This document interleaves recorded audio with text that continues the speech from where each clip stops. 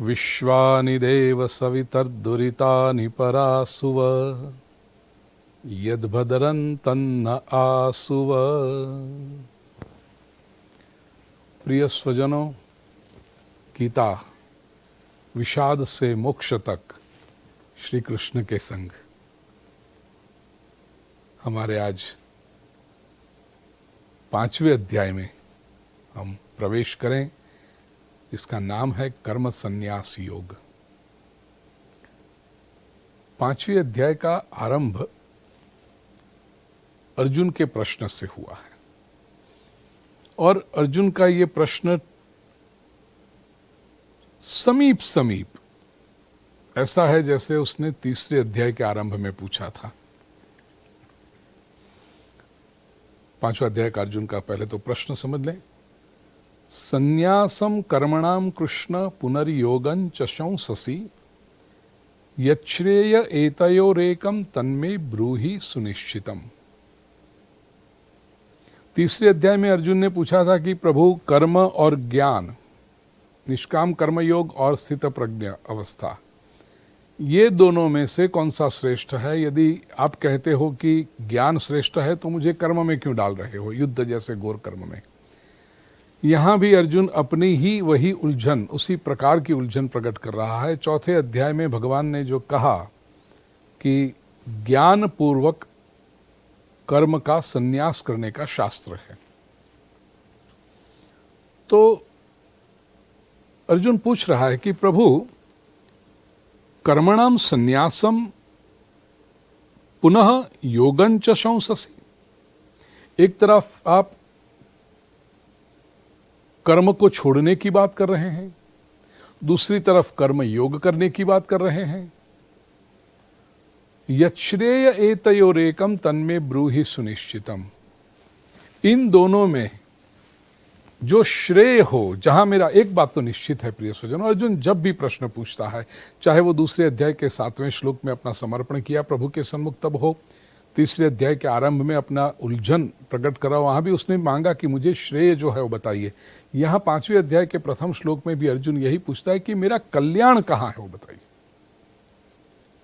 अर्जुन चाहे कितना भी उलझन में पड़ा हो, अर्जुन चाहे कितनी भी जिज्ञासा प्रकट करता रहे, अर्जुन चाहे भगवान श्री कृष्ण के सामने प्रश्न उपस्थित करता रहे, ये सारे प्रश्नों का उत्तर निष्ठापूर्वक, प्रसन्नतापूर्वक इसलिए दिया जा रहा है कि अर्जुन की जो मांग है, अर्जुन की जो इच्छा है, वो कल्याण की है। मेरा कल्याण कैसे हो? भगवान कहते हैं, अर्जुन, संन्यासः कर्मयोगश्च निःश्रेयसकरा उभौ। चाहे वो कर्म का संन्यास हो, मतलब कर्म का त्याग हो, या कर्म योग हो, दोनों ही कल्याण करने वाले हैं, निःश्रेयस करने वाले हैं।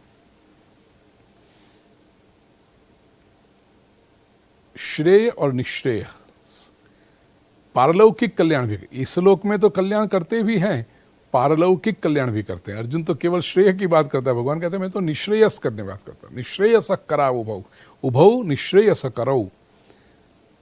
इहलोक में तो, इस संसार में तो, इस मानव देह में जब तक हो इस पृथ्वी पर, तब तक तो कल्याण करेगा ही, लेकिन ये देह त्याग करने के बाद पारलौकिक कल्याण भी दोनों करते हैं। कर्म का त्याग भी करता है और निष्काम कर्मयोग भी मनुष्य की उन्नति कराता है। तयोस्तु कर्म संन्यासात कर्मयोगो विशिष्यते। लेकिन अर्जुन, जब तू पूछ ही रहा है तो मैं तुझे बता दूं कि कर्म का त्याग करने से तो बेहतर है कि कर्म योग करो। कर्मयोगो विशिष्यते, वो विशेष है, वो अधिक अच्छा है। ज्ञेयस्य नित्य संन्यासी यो न द्वेष्टि न कांक्षति। व्यक्ति कर्म करता रहे लेकिन न तो किसी का द्वेष करे, न किसी प्रकार की आकांक्षा रखे। जो निर्द्वंद्व है, द्वंद्व के पार चला गया, डायलेक्टिक्स के पार चला गया, ड्युअलिटी के पार चला गया, सुख दुख, यश अपयश, जय पराजय, लाभ हानि, स्तुति निंदा इत्यादि। क्योंकि मनुष्य जो है ना प्रिय स्वजनों, वेदांत बहुत स्पष्ट रूप से मानता है कि मनुष्य द्वंद्व का शिकार है। जीवन की सारी समस्याएं द्वंद्व मूलक हैं। प्रत्येक मनुष्य की स्थिति मानो पेंडुलम जैसी है। पेंडुलम जैसे एक अंतिम से दूसरे अंतिम तक जाता है और दूसरे अंतिम तक जाकर फिर स्थिर नहीं होता, वो वापस उस पुनः पहले वाले अंतिम की ओर आने की यात्रा शुरू कर देता है और बिना अटके। तो सुख में जब हैं तब दुख की तैयारियां चल रही हैं, दुख में हैं तो सुख की आशा बनी हुई है। यश अपयश, जय पराजय, स्तुति निंदा, बस यही हमारा जीवन है। और इसी कारण अशांति है, इसी कारण विक्षिप्तता है, इसी कारण दुख है। इससे यदि मुक्त होना होगा प्रिय स्वजनों, तो भगवान कहते हैं निर्द्वंद्व, गो बियॉन्ड द डायलेक्टिक्स। तब सारे बंधनों से सुखपूर्वक मुक्त हुआ जा सकता है। कर्म करके भी कर्म से मुक्त रहा जा सकता है, और वो ऐसा व्यक्ति नित्य सन्यासी ही है, नित्य उसने कर्म छोड़े ही हुए हैं, इस स्थिति में है। और भगवान कहते हैं चौथे श्लोक में, 5वें अध्याय के चौथे श्लोक में, सांख्य योगौ पृथक बालाः प्रवदन्ति न पंडिताः। वो तो बालिशता है, वो तो इमेच्योरिटी है कि सांख्य को अलग समझो, योग को अलग समझो, कर्मयोग को अलग समझो, ज्ञान योग को अलग समझो। ये बालिशता है, बालक बुद्धि है। पंडितः न प्रवदन्ति, ये तीसरी बार देखो पंडित शब्द आ रहा है। पंडित जो है, ज्ञानी लोग हैं, वे साधना के अलग अलग मार्गों को अलग अलग नहीं समझते। एकमप्यास्थित सम्यग उभयोर विंदते फलम, किसी भी मार्ग में एक निष्ठा से व्यक्ति यदि साधना करे, उपासना करे, प्रयास करे, तो उभयोः फलम विंदते, दोनों का फल उसको प्राप्त होता है। कर्म से ज्ञान को आप अलग नहीं कर सकते, ज्ञान से कर्म को अलग नहीं कर सकते, क्योंकि बिना ज्ञान के कर्म क्या करोगे। और जब कर्म का आरंभ किया तो ज्ञान अपने आप आने लगेगा। इतना ही नहीं, यत् सांख्यै प्राप्यते स्थानम तद योगैः अपि गम्यते। सांख्य से जो तुम्हें प्राप्त होता है लक्ष्य, वही लक्ष्य योग मार्ग से भी प्राप्त किया जा सकता है। इस तरह योग और सांख्य को जो एक देखता है वही सच्चा देखता है। या पश्यति स पश्यति, the true vision, the clear understanding is finding the unity in different paths. हां,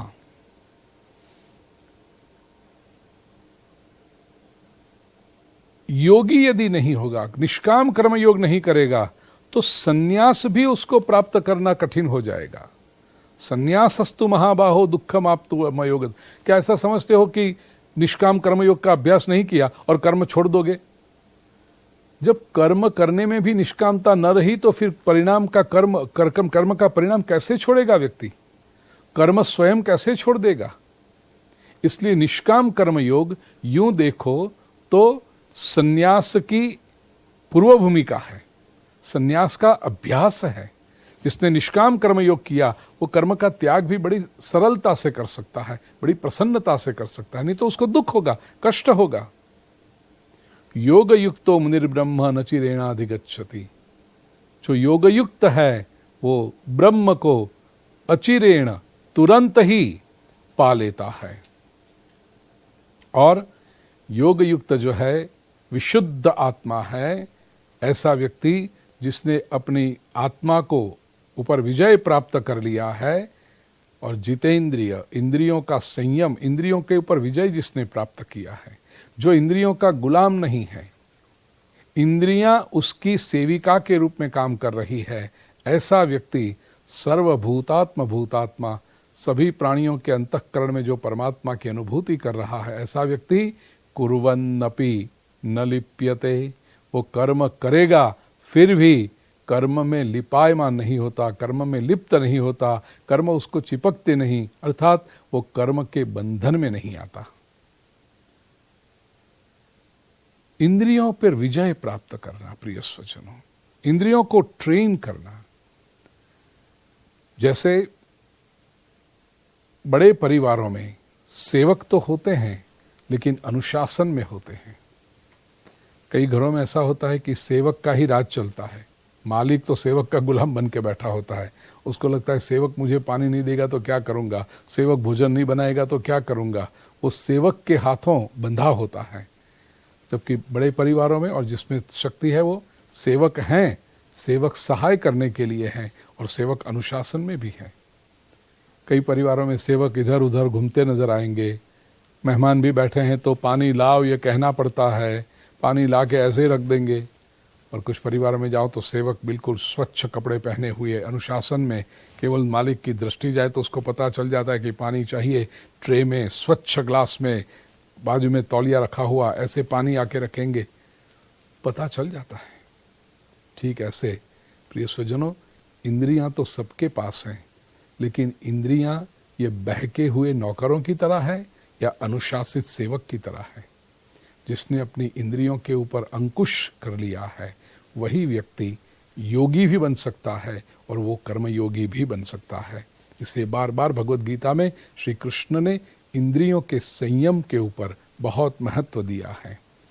और ऐसा व्यक्ति फिर कर्म तो होते रहेंगे लेकिन नैव किंचित करोमीति युक्तो मन्येत तत्ववित्, वो मैं कुछ करता ही नहीं हूं, क्रियाएं सब हो रही हैं, पश्यन शृण्वन स्पृशन जिग्रन अश्नन गच्छन स्वपन स्वसन, देखता है, सूंघता है, स्पर्श करता है, जिग्रन सूंघता है, सुनता है, अश्नन भोजन करता है, गच्छन जाता है, स्वपन सोता है, श्वसन श्वास लेता है, प्रलपन, ये सारी क्रियाएं करते हुए इंद्रियाणि इंद्रियार्थेषु वर्तन्त, इंद्रियां अपने विषयों में काम कर रही हैं। ये सारा इंद्रियां और उनके विषयों का व्यवहार है, ऐसा मान के वो चलता है। और वह व्यक्ति ब्रह्मण्याधाय कर्माणि संगम त्यक्त्वा करोति यह, वो तो ब्रह्म को धारण करके, ब्रह्म का आश्रय लेकर के, आसक्ति को छोड़ करके, अटैचमेंट को छोड़ करके जो कर्म करता है वो कभी भी पाप से लिप्त नहीं होता। लिप्यते न सपापेन, उसको पाप नहीं लगता। कैसे? पद्म पत्रम इवाम भसा, जल में जैसे कमल के पत्ते पर पानी की दो चार बूंदें आ भी गई, हवा का एक झोंका आएगा, पत्ता जरा सा हिलेगा, वो बूंदें नीचे सरक जाएगी। कमल के पत्ते पर कभी पानी की बूंदें, जल की बूंदें चिपक नहीं सकती। ऐसे यह व्यक्ति संसार में सारे कर्म करेगा फिर भी उसको कभी पाप चिपक नहीं सकता। लिप्यते न सपापेन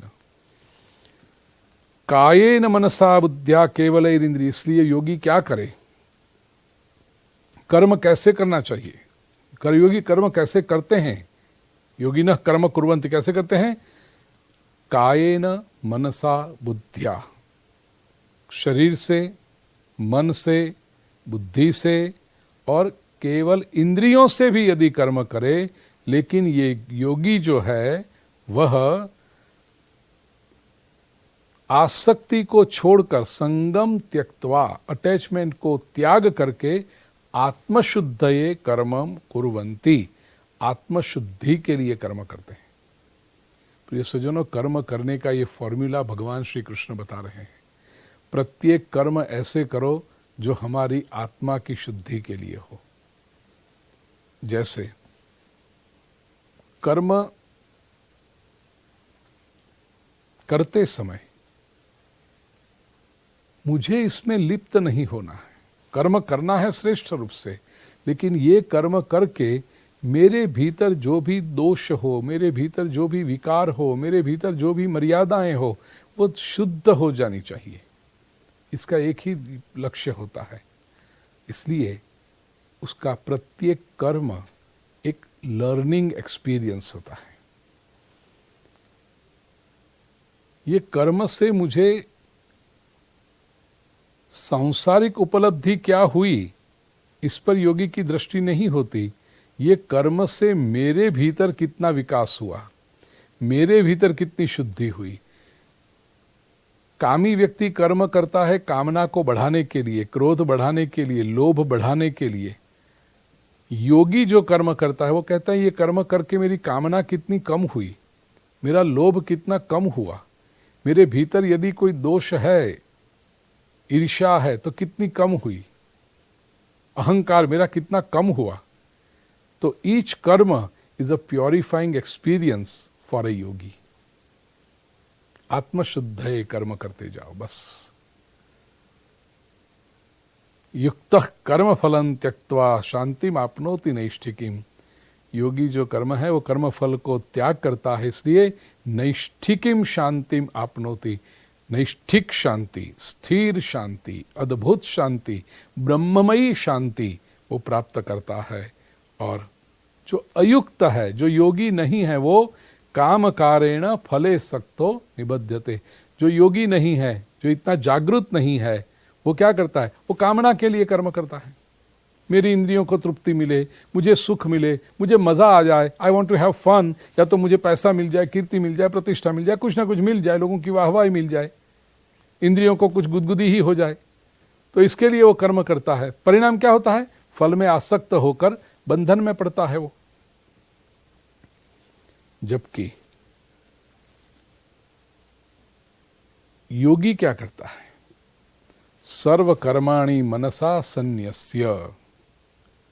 जो वशी है, जिसने अपने इंद्रियों को, मन को, बुद्धि को वश में कर लिया है, ऐसा व्यक्ति सर्व कर्मों को मन से छोड़ करके सुखम आस्ते, सुख में रहता है।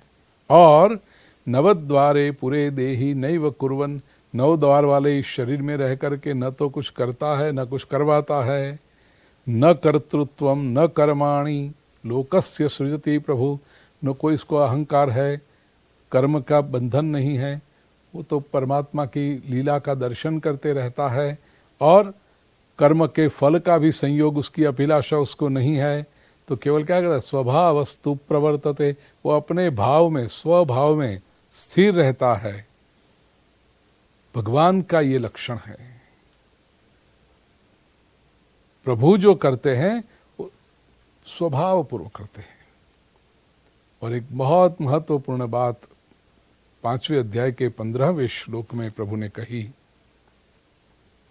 कई बार लोगों को प्रश्न होता है कि निष्काम कर्मयोग की बात करो या कर्म फल त्याग की बात करो, कर्म त्याग की, कर्म संन्यास की बात करो। तो लोग समझते हैं कि हमने इतनी बुद्धि लगाई, हमें अपना समय लगाया, पसीना बहाया, हमारे अनुभव था वो लगाया, इतना करके हमने जो कर्म किया, आप कहते हो कर्म ही छोड़ दो या कर्म का फल परमात्मा को अर्पण कर दो, फिर हमारे लिए क्या बचेगा? हमने यदि इतना कुछ किया और हम भगवान को दे दें तो हमारे लिए क्या बचेगा? हमें जब कुछ आवश्यकता होगी तो क्या मिलेगा? होता है प्रश्न लोगों को, क्योंकि लोग छोड़ते भी हैं तो दिखावे के लिए छोड़ते हैं, बोलने के लिए छोड़ते हैं, मन से छोड़ते नहीं हैं। ये स्वभाव प्रभु को पता है और छोड़ने में बहुत बड़ा डर भी लगता है लोगों को कि मैं छोड़ दूं फिर मेरा क्या। भगवान कहते हैं देखो, अभी तक ये निष्काम कर्मयोग की बात की, कर्म त्याग की बात की, कर्म संन्यास की बात की, ये आपके अभ्यास के लिए है। भगवान श्री कृष्ण यह कहना चाहते हैं कि यदि जब मैं कहूं कि कर्म का फल मुझे अर्पण कर दो, तो ये मत समझना कि आप फल मुझे अर्पण करते हो और मैं ले लेता हूं। नहीं, नादत्ते कस्यचित् पापम न चैव सुकृतम विभुः अज्ञानेनावृतम ज्ञानम तेन मुह्यन्ति जन्तवः। भगवान न किसी का पुण्य लेते हैं न किसी का पाप लेते हैं। हमने जो कर्म किए हैं प्रिय स्वजनों, वो हमें ही भुगतने हैं, ये याद रखना। फल त्याग कर दिया इसका अर्थ फल नहीं मिलेगा, ऐसा नहीं है। सृष्टि के कर्म के इस सिद्धांत को समझ लीजिए, नहीं तो लोग बुरे कर्म भगवान को सौंप के ही आते हैं ना, ये भगवान ये भूल हो गई है रख लेना तू, और अच्छे कर्म नहीं सौंपते। भगवान कहते हैं आपके बुरे या अच्छे जो भी कर्म हैं, मनुष्य को स्वयं उसका परिणाम भुगतना होता है। ये कर्म का सिद्धांत है। हम जब भगवान को कर्म का फल अर्पण करते हैं तो इसका अर्थ हम उस फल का बोझ ढोने से बच जाते हैं। हमारा मन उतना हल्का हो जाता है, हमारा मन उतना प्रसन्न हो जाता है, शांति का अनुभव करता है। भगवान को फल अर्पण कर दिए इसका अर्थ भगवान वो फल खा जाएंगे और हमें वो फल नहीं मिलेंगे, ऐसा नहीं है। इस सिद्धांत को समझाने के लिए बहुत सुंदर बड़ा मधुर दृष्टांत कई बार मैंने प्रवचनों में दिया है। ये प्रिय स्वजनों, समझ लीजिए पुत्री हो हमारे परिवार में, पुत्री पढ़ाई लिखाई उसकी हो गई, ग्रेजुएट हो गई, 23-24 साल की हो गई, अब पढ़ी लिखी है, आधुनिक युग की है, तो सोचती है ना कि मैं कुछ काम भी करूं, मैंने पढ़ी हूं तो कुछ काम करती है, ट्यूशन करती है या कोई जॉब करती है, अच्छी सर्विस लेती है। वो एक तरफ उसके विवाह की तैयारियां भी शुरू होती हैं, कन्या युवक भी देखने लगती है, वो ब्याह भी करना चाहती है, लेकिन वो जो समय है उसमें कुछ काम भी करे, आज के युग है, अच्छा है, करियर पे थोड़ा ध्यान दे। उसने कोई जॉब किया, 1 महीना हुआ, सैलरी आया, उसका पगार आया। अब अपनी पुत्री संस्कारी है, सैलरी मेहनत उसने की है, कमाई तो लाकर माँ के हाथ में रखती है या पिता के हाथ में रखती है। पापा, ये मेरी पहली सैलरी आपको देना चाहती हूँ मैं, आपने मुझे इतना पढ़ाया लिखाया, कृतज्ञ, मैं ऋणी हूँ आपकी, तो आप जो इसको करना चाहें आप करें, मैं सैलरी आपको दे दूंगी। पुत्री ने सैलरी पिताजी के हाथ में दे दी। अब पिता, प्रिय स्वजन, हमारे यहाँ एक संस्कार ऐसे होते हैं कि पुत्री के पैसे को हाथ नहीं लगाते। पुत्री तो देती है, लेकिन पिता पुत्री के पैसे को वो अपने लिए नहीं खर्च करता, कभी ले लेता है, पुत्री के इमोशन को ध्यान में रखते हुए अलमारी में रखता है, एक अलग लिफाफा बनाता है, एनवेलप बनाता है, उस पर लिखता है ये पैसे पुत्री के हैं। हर महीने पुत्री अपना पगार ला करके देती है, पापा ले लीजिए। अब पुत्री ने तो दे दिया, वो कहते मैं कहाँ संभालूंगी, पापा आप है ना, आप संभाल लीजिए, आप कर लीजिए, जो करना है करें आप, इसका आप तो मेरा सब ध्यान रख ही रहे हैं, मैं क्यों चिंता करूं, तो सैलरी आप रख लीजिए, आपको जो करना है करें इसका। पुत्री ने दिया पिता को पूर्ण कि आप जो करना है करें, लेकिन पिता कभी अपने लिए इसका इस्तेमाल नहीं करता, वो लिफाफे में रखते जाता, ये पुत्री के हैं, ये पुत्री के हैं। साल 1.5 साल हुआ, पुत्री का विवाह तय हुआ है, अब जाने वाली है। पिता क्या करता है, ये 1.5 साल की सैलरी जो पुत्री ने दी थी ना, वो गिनता है। समझ लीजिए 1,24,000 हुए 1.5 साल की सैलरी के। पिता अपनी ओर से दूसरे अंदर पता नहीं कितने 26-27 हजार ऐड करके उसको 1,51,000 का लिफाफा बनाकर पुत्री की विदाई के समय उसके हाथ में दे देता है, बेटा ये तेरे पैसे, तू इसका जो चाहे कर, अब तेरा समय है तू कर। इसमें जो माधुर्य है प्रिय स्वजनों, इसमें जो सौंदर्य है, इसमें जो संवेदना है, ये जिसको समझ में आता है उसको निष्काम कर्मयोग और कर्म संन्यास क्या है और साधक और ईश्वर के साथ संबंध क्या है, ये पता चलते हैं। निष्काम कर्मयोगी या कर्म संन्यासी तो अपने कर्म प्रभु के चरणों में समर्पित कर देता है, जैसे पुत्री ने पिता के हाथ में दे दिया अपना पगार,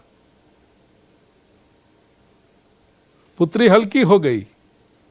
ऐसे साधक भी कर्म अपने फल, सब कर्म या कर्म के फल परमात्मा के चरणों में समर्पित करके वो तो निश्चिंत हो जाता है साधक। भगवान वो साधक के कर्म संभाले रखता है, और जब भी साधक को आवश्यकता पड़े, यस्मात् चाहिए न चयदा चयथा चयच्च यावत् चयत्र च, उसके योग्य समय पर प्रभु साधक के कर्म को वापस लौटा देता है।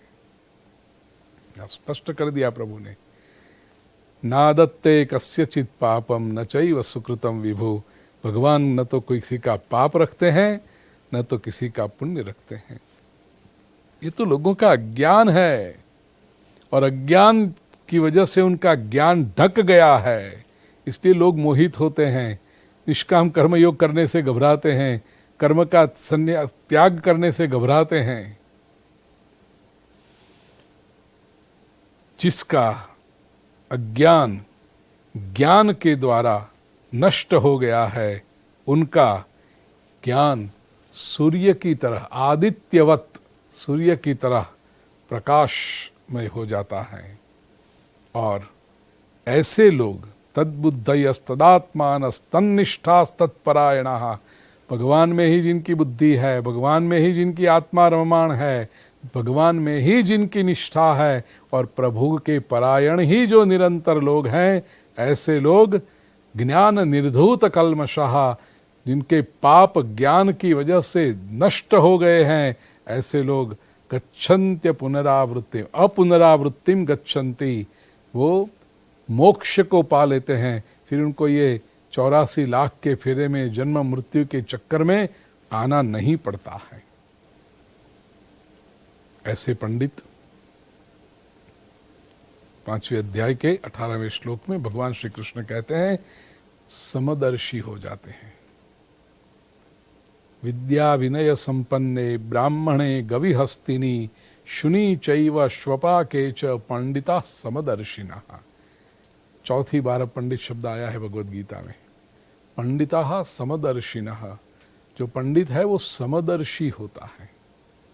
किसमें? विद्या विनय संपन्ने ब्राह्मणे, ब्राह्मण हो या गवि गाय में, हस्तिनी हाथी में, शुनि कुत्ते में, या श्वपा के चांडाल में, पंडिता समदर्शन, ये सब प्रतिनिधि हैं अलग अलग। पंडित सभी में समदर्शन करता है। यहां पर थोड़ा सा चिंतन करना प्रिय स्वजनों। आजकल ये समदर्शन को लोग बहुत समझ नहीं पा रहे हैं, या तो उसका गलत इस्तेमाल कर रहे हैं। शब्द तो उठा लेना लोगों को इतनी अच्छी तरह से आ गया, बड़े बड़े शब्द उठा लेते हैं, और फिर उसका अर्थ न उनको खुद पता चलता है न दूसरों को पता चलता है, और शब्दों को भ्रष्ट करके रख देते हैं। कहेंगे हम समदर्शी हैं, हम सभी को समान रूप से देखते हैं। नहीं देख सकते। समदर्शी न होते हैं, समवर्ती न नहीं होते, याद रखना। कुछ लोग हैं हमारे लिए सब लोग समान हैं, नहीं हो सकते। दर्शन समान हो सकता है, वर्तन समान नहीं हो सकता। दर्शन समान कैसे हैं? जो ये अलग अलग अस्तित्व हैं, उनमें एक ईश्वर तत्व है, उनमें आत्म तत्व समान है, वो दर्शन है।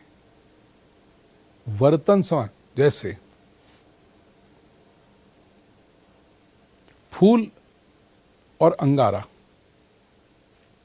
अंगारा ही कहेंगे ना, जलता हुआ कोयला, अंगारा।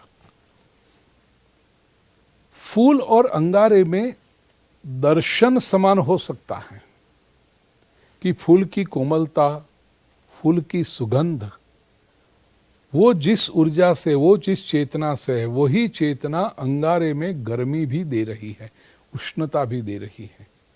वो शक्ति, वो चेतना, वो परम ईश्वर एक ही है। ये समदर्शन हुआ। लेकिन समवर्तन नहीं कर सकते। आप फूल को लेकर के यहाँ जैसे मैंने माइक लगाया है ना, ऐसे आप फूल लगा सकते हो, अंगारा लेके यहाँ नहीं लगा सकते। वर्तन समान नहीं कर सकते, अंगारे को तो दूर ही रखना पड़ेगा। ऐसे कोई लोग कहेंगे हम सभी के साथ, मनुष्य मात्र के साथ समान होते हैं। समदर्शन हो सकता है, समवर्तन नहीं हो सकता। सामने वाले व्यक्ति का जिस तरह का स्वभाव होगा, उसके समान तुम्हें वर्तन करना पड़ेगा, ताकि दर्शन ठीक रहे। व्यक्ति अच्छा होगा उसको स्नेह से पास में लो, उसको गले लगाओ। व्यक्ति बुरा होगा तो उसको अपनी बुराई का पता चलना चाहिए। ऐसा ना हो कि तुम समवर्तन करते समय उसको भी तो वो कहेगा मुझे फर्क क्या है, फिर वो अच्छा है तो उसको भी तुम गले लगा रहे हो, मैं बुरा हूं मुझे भी तुम गले लगा रहे हो, तो फिर मेरी बुराई में क्या, मैं तो मैं जो हूं रहूंगा।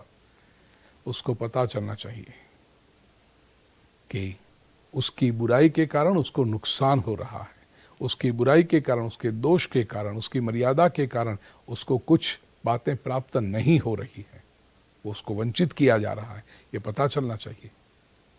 तो समदर्शन की महत्ता है। समवर्तन को कभी समदर्शन मत समझना, या समदर्शन को समवर्तन के रूप में मत लेने ला। दर्शन आत्मा के स्तर पे होता है, वर्तन इंद्रियों के स्तर पे होता है, व्यावहारिक स्तर पे होता है, और व्यवहार में जो अंतर होगा वो रहना ही चाहिए।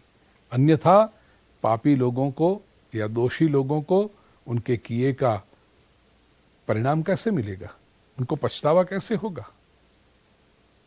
तो समदर्शिना, पंडित जो है समवर्ती नहीं होते, समदर्शी होते हैं। इहैव तैर्जित सर्गो येषाम साम्ये स्थितम मनः, जिनका मन सम अवस्था में है, बैलेंस्ड स्टेट ऑफ माइंड है, उसने तैहि इह एव सर्गः जितः, उसने यहीं पर रहकर, इसी शरीर में रहकर सर्ग अर्थात ये सृष्टि को मानो जीत लिया उसने।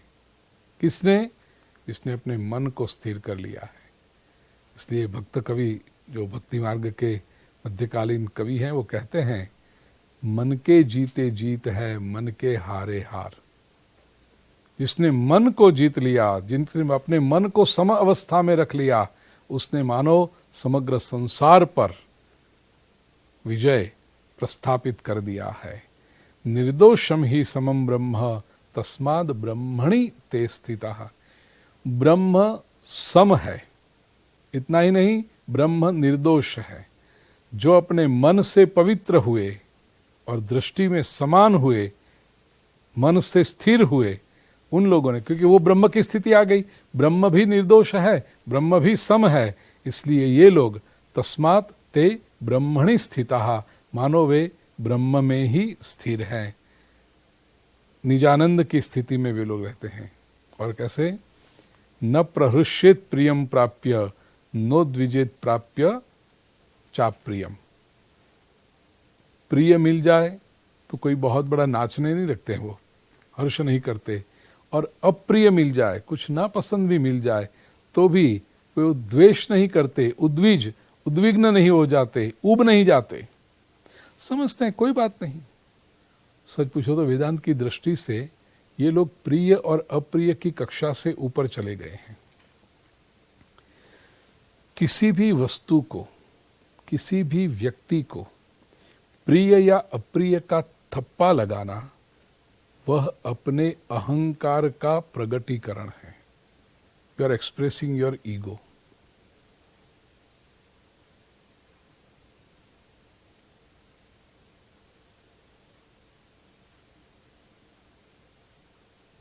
बैंगन को हम कहें ये मुझे प्रिय है, और करेले से हम कहें कि ये मुझे अप्रिय है। प्रिय स्वजनों, बैंगन और करेला ये दोनों ईश्वर की सृष्टि के सर्जन हैं।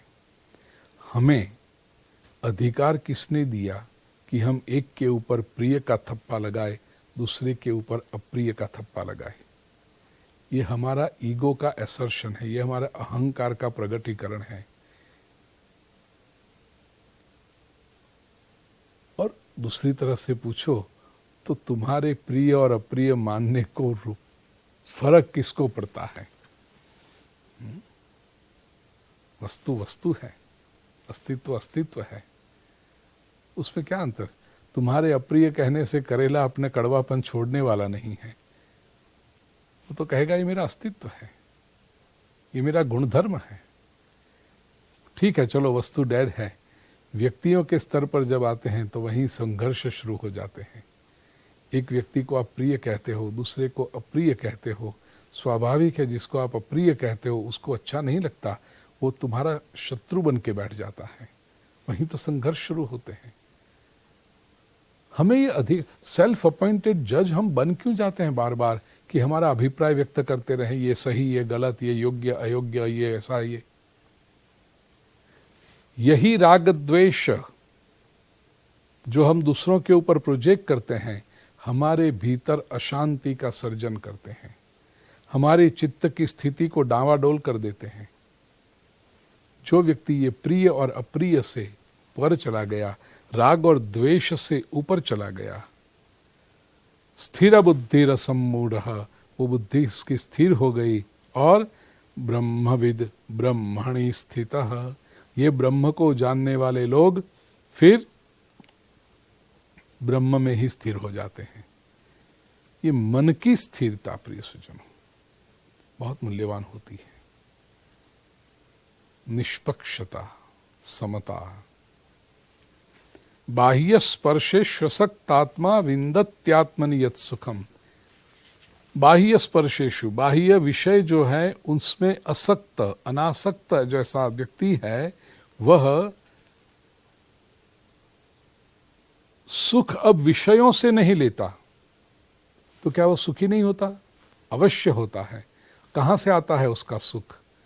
आत्मनि सुखम विंदते, वो अपनी आत्मा में सुख को प्राप्त करता है। विंदति आत्मनि यत् सुखम, भीतर से जो सुख आता है वो सुख सब ब्रह्म योग युक्तात्मा सुखम अक्षय मश्नुते।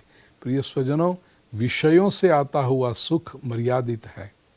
विषयों के आते हुए सुख के ऊपर एक्सपायरी डेट लगी है। विषयों से आते हुए सुख में रेपिटेशन के कारण दुख भी समाया हुआ है। जबकि आत्मनि सुख, आत्मा से भीतर से जो सुख प्रकट होता है वो अक्षय होता है, अविनाशी होता है और दिन ब दिन बढ़ने वाला होता है। वो सुख कभी कम नहीं होता। तो इतना याद रखो, सुख की अभिलाषा हो ये स्वाभाविक है। मानव मात्र को सुख की अभिलाषा होती है, होनी भी चाहिए। प्रश्न यह है कि आपके सुख का स्रोत कहां पर है। केवल इंद्रिय विषय से संयोग से सुख की अभिलाषा है तो वो सुख एक्सपायरी डेट वाला है, छोटा सा है, छिछला है। जबकि आत्मा से प्रकट होता हुआ सुख होगा वो अवश्य अक्षय है, अविनाशी है, चिरंतन है। सुख की खोज चिरंतन में होनी चाहिए, टेम्पररी नहीं। ये बात बताई। और ये जो संस्पर्श जा भोगा है, इंद्रिय और विषय के संयोग से निर्माण होने वाले भोग हैं, वो तो दुःखयो न एवते, उसको तो दुख के स्रोत हैं। जो व्यक्ति बुद्धिमान है ना, वो ऐसे आदि अंतवंत, वो उसकी शुरुआत भी और अंत भी हो जाता है। ये कौनते? श्री कृष्ण कहते अर्जुन न तेषु रमते बुधः, बुद्धिमान लोग, ज्ञानी लोग, समझदार लोग ऐसे टेम्पररी फन में रममाण नहीं होते। They don't waste their time and energy in that. वे अक्षय सुख ढूंढते हैं। क्या है ये सुख? प्रिय स्वजनों, 5वें अध्याय के 23वें श्लोक में भगवान ने एक अद्भुत सिद्धांत बता दिया है। सुख की खोज तो हम सब करते हैं। सुख की खोज सफल होने वाले, उस खोज में सफल होने वाले लोग बहुत कम होते हैं। कौन है ये लोग? शक्नोति हैवयः सोढुं प्राक् शरीर विमोक्षणात् काम क्रोधोद्भवं वेगम स युक्तः स सुखी नरः।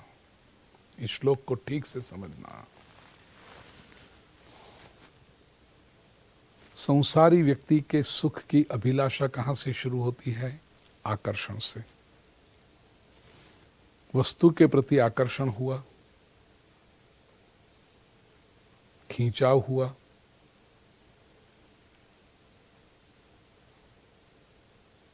मालिकी का भाव जगा, प्राप्त किया, भोग किया, सुख पाया। दृष्टांत, बगीचे में सुंदर गुलाब का पुष्प देखा,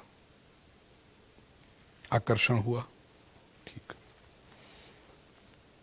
लगा कि ये फूल तो जब मुझे चाहिए तब मिलना चाहिए, बहुत सुंदर है, तो क्या करें, उगाएं अपने गार्डन में, अपने बगीचे में, अपनी बालकनी में।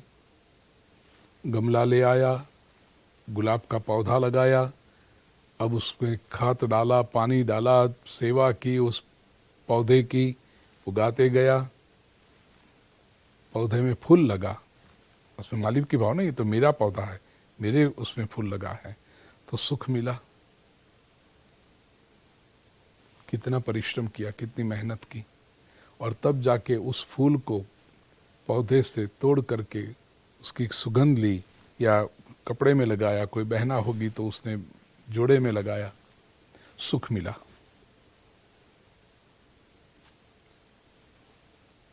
कितने समय के मेहनत के बाद जब फूल खिला और वो सुख आया, वो सुख कितना टेम्पररी था।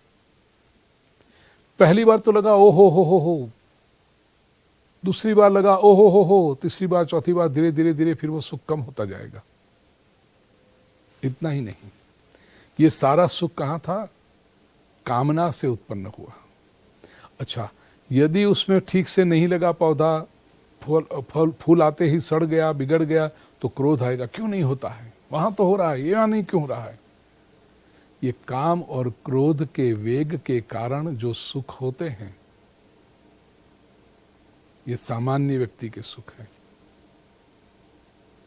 भगवान श्री कृष्ण कहते हैं, शक्नोति हैव यः सोढुम प्राक् शरीर विमोक्षणात्, शरीर छूट जाए उससे पहले ये वेग जो हैं, काम क्रोधोद्भवम वेगम, कामना के और क्रोध के जो वेग है, आवेग है, उसको वो सहन कर सके, सयुक्तः स सुखी नरः, वही योगी है और वही सुखी है। प्रिय स्वजनों, हम सुख दुख के चक्कर में इसलिए पड़ते हैं क्योंकि काम और क्रोध के आवेग को सहन नहीं कर सकते हैं, उसको पूरा करना चाहिए। कामना हुई तो कामना पूरी करनी है, तब सुख मिलेगा। कामना पूरी न कर पाए तो दुख मिलेगा। हमारे सारे सुख दुख के प्राप्ति के पुरुषार्थ, सारा जीवन, हमारी ऊर्जा, समय, संसाधन इसी में चले जाते हैं कि हम अपने कामना और क्रोध को पूरा करते रहें। अब कामना अपना काम करेगी, आकर्षण आएगा, आप उसको सहन कर सकते हो। भीतर से डिमांड उठी, लेकिन उस डिमांड को पूरी करने के लिए आप दौड़े नहीं, उस डिमांड को सहन कर लिया। शरीर छूटने से पहले यदि बिना अस्वस्थ हुए काम और क्रोध के आवेग को सहन करना आप सीख गए, प्रिय स्वजनों, भगवत गीता के 5वें अध्याय के यह 23वें श्लोक में श्री कृष्ण कहते हैं, आपके समान कोई सुखी नहीं है, आपके जैसा कोई योगी नहीं है। और सोढ़ुम शब्द का सहन करो, उसके गुलाम मत बनो, उसके शिकार मत बनो, उसके बहकावे में मत आ जाओ। ये भी मत समझना कि आपने वो कामना पूरी कर ली इसलिए आप बहुत बड़े हो गए, नहीं तो वो भी अहंकार को प्रोत्साहन देगी। सहन कर लो, बस कामना आ रही है, देखो आ रही है, आ रही, सिमट गई। वो जैसे सोडा वाटर की बोतल खुली और फूस करके आया और फिर शांत हो गया। कामना आई और शांत हो गई, अब स्वस्थ रहे। यह शास्त्र जिसको आया, प्रिय स्वजनों, यह साधना जिसने की, क्रोध आया, छोटा सा क्रोध आया, व्यक्ति आग बबूले हो जाते हैं। सब्जी में नमक कम पड़ा, लोग छप्पर फाड़ देते हैं, इसको डांटेंगे उसको डांटेंगे, ये ध्यान नहीं रहा, इसने ध्यान नहीं रखा, काम क्या करते हैं, इतने पैसे लेते हैं, वो करते हैं। सबकी छोड़ो, एक बात तो तथ्य है ना कि आधा चम्मच नमक की कमी तुम्हारे भीतर कितनी अशांति निर्माण कर देती है। तुम स्वयं क्रोध के कितने गुलाम हो जाते हो, तुम कितने आग बबूले हो जाते हो, और तुम सुख ढूंढ रहे हो। कहां से मिलेगा सुख? कामना के शिकार हो, क्रोध के गुलाम हो, कहां से सुख मिलेगा? किस प्रकार के योगी कहलाने की बात करते हो तुम? कहां तुम्हारी बुद्धि?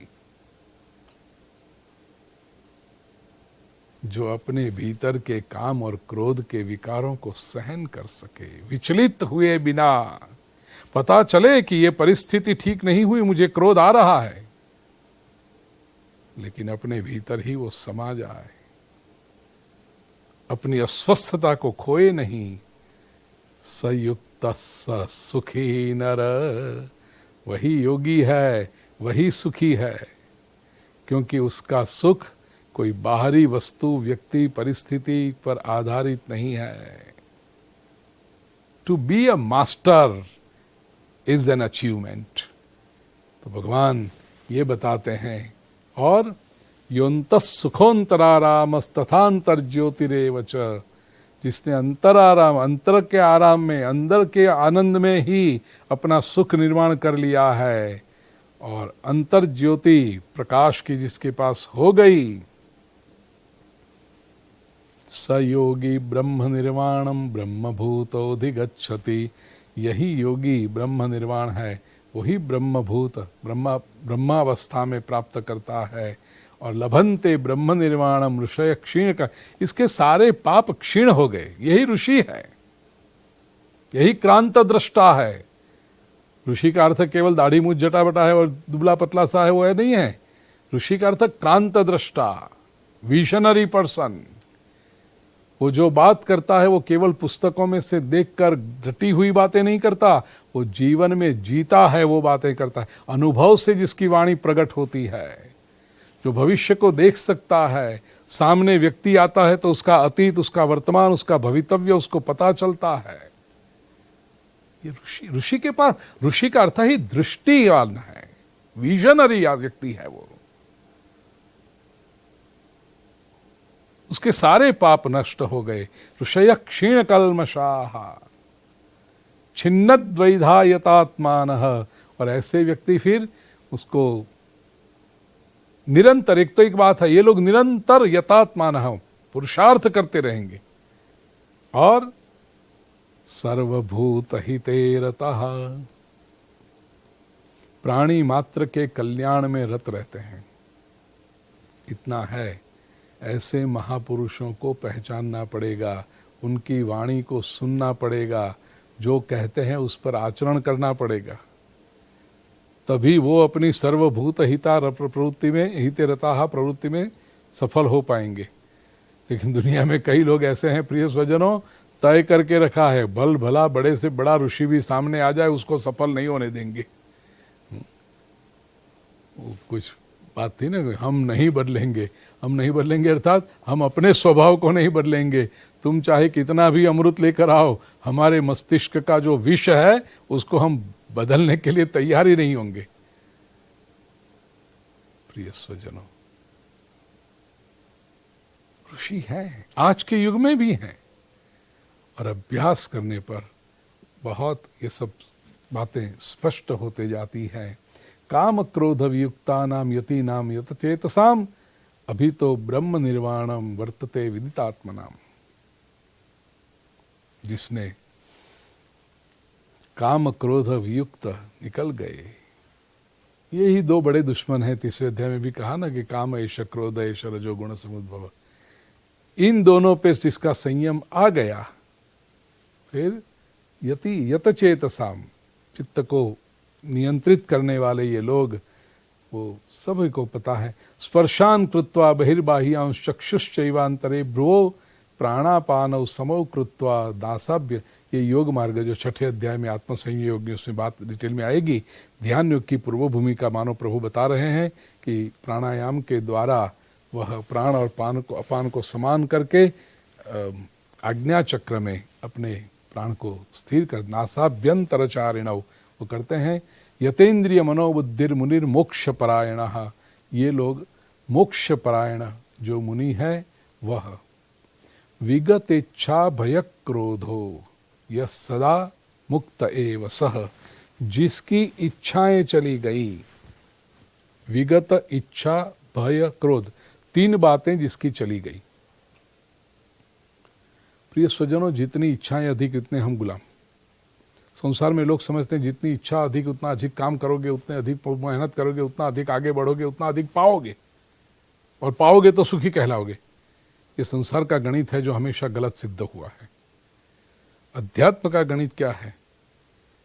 जितनी इच्छा कम इतने आप स्थिर, जितनी इच्छा कम इतनी आंतरिक समृद्धि अधिक,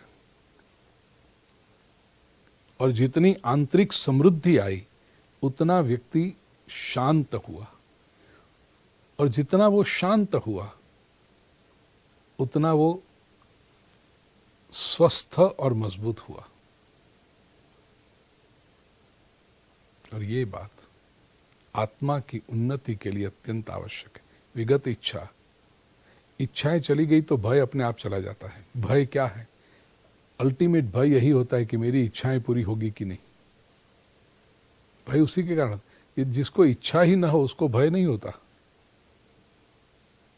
छोटा बालक है ना, उसको कोई इच्छा नहीं होती तो बालक को बहुत भय भी पता नहीं चलता है। जैसे बड़ा बड़ा होता है, समझदारी होती जाती है, वस्तुओं का पता चलता है, इच्छाएं बढ़ती जाती है, फिर भय भी बढ़ते जाता है। और क्रोध, इच्छा पूरी न हो वो क्रोध भी निर्माण करता है। इच्छा ही ना हो तो फिर क्रोध काहे का? विगत इच्छा भय क्रोध हो, और विगत शब्द प्रयोग किया है। चली गई, निकल गई, नहीं है ऐसा नहीं। अज्ञान में भी कभी ऐसा होता है इच्छा नहीं होती।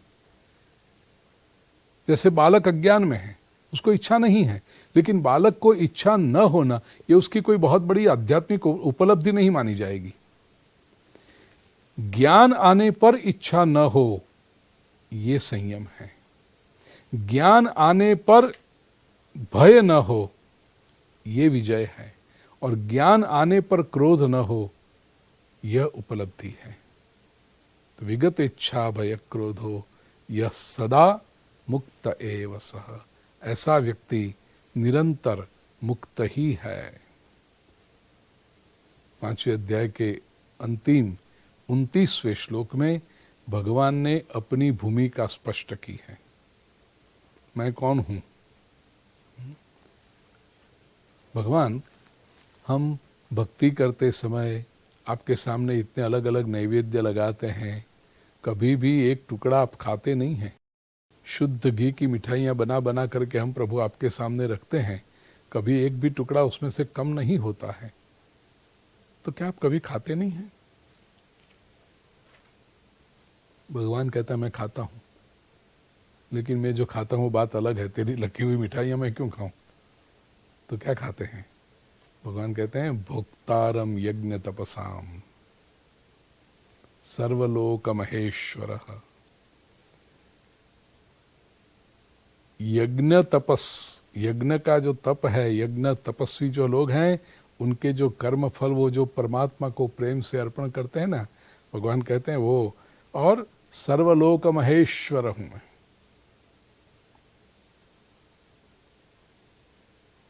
समग्र सृष्टि का स्वामी हूं। सुहृदम सर्वभूतानाम, प्राणी मात्र का सुहृद। प्रिय स्वजनों, हम सभी का सच्चा, परमानेंट, शक्तिमान ऐसा कोई वेल विशर होगा ना तो ईश्वर है। ये जिसने समझ लिया, हमने जो यज्ञ किए, हमने जो तप किए, वो जिसको समर्पित हो जाते हैं वो ब्रह्म है। समग्र सृष्टि का एकमात्र स्वामी है वो जिसने समझ लिया, और जीव मात्र का सुहृद, वेल विशर, मित्र, भगवान कहते हैं जो मुझे समझता है, ज्ञात्वा माम ज्ञात्वा, मुझे जानकर शांति मृच्छति। प्रिय स्वजनों, जीवन में शांति चाहिए तो इतना समझ लेना है कि हम जो कुछ करते हैं वो अल्टीमेटली परमात्मा को समर्पित होता है। हम जो भी मेरा मेरा मेरा कह के घूम रहे हैं वो सब भूल है। स्वामी जो है महेश्वर, वो तो एक ईश्वर ही है, और हमारा सबसे बड़ा हितैषी यदि कोई होगा, हमारा सबसे बड़ा भला करने वाला कोई होगा। इसलिए तो भक्तों ने कहा ना कि प्रभु मेरी व्याख्या को छोड़ दो, अच्छा हुआ नहीं हुआ, सही हुआ गलत हुआ, सुख आया दुख आया, ये मेरी व्याख्या नहीं प्रभु, तू जो करता है वो सही करता है, मेरा ईश्वर जो करता है सही कर रहा है, ये सुहृदम सर्वभूता नाम है। ऐसा जिसने माना वह शांति मृच्छति, वो शांति प्राप्त करता है। यह मनस्थिति हम सभी की बने, यही शुभकामना के साथ प्रिय स्वजनों 5वें अध्याय को प्रणाम करें। ओम तत्सदिति श्रीमद्भगवद्गीतासूपनिषत्सु ब्रह्म विद्यायां योगशास्त्रे श्रीकृष्णार्जुन संवादे कर्मसन्न्यास योगो नाम पंचमोऽध्यायः। श्रीकृष्णार्पणमस्तु।